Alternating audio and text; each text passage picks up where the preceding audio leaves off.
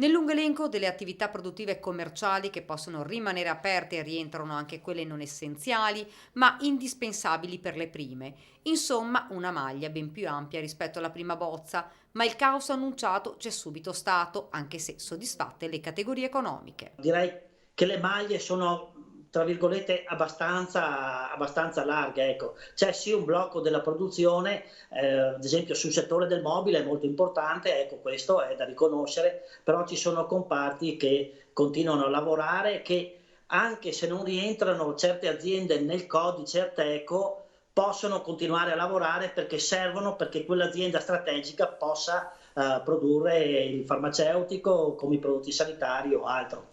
Le imprese artigiane trevigiane, spina dorsale dell'economia di Marca, non possono fare altro che limitare i danni e tentare di immaginare come sarà il futuro, cosa accadrà quando questa crisi finalmente passerà.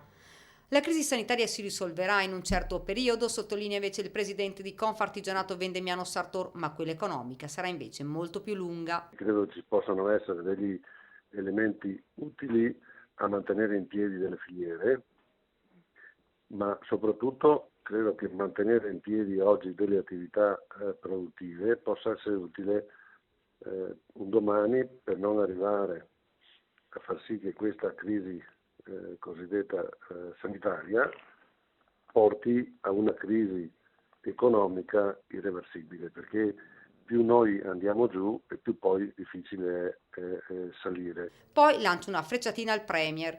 Bisogna smetterla di annunciare simili provvedimenti di sabato notte, va bene bloccare ulteriormente l'attività, la salute viene prima di tutto e tutto quello che c'è da fare va fatto, ma le aziende devono avere il tempo per organizzarsi, per dire ai dipendenti se il giorno dopo devono venire a lavorare oppure no, per avvisare i clienti. Così si crea solo panico su panico.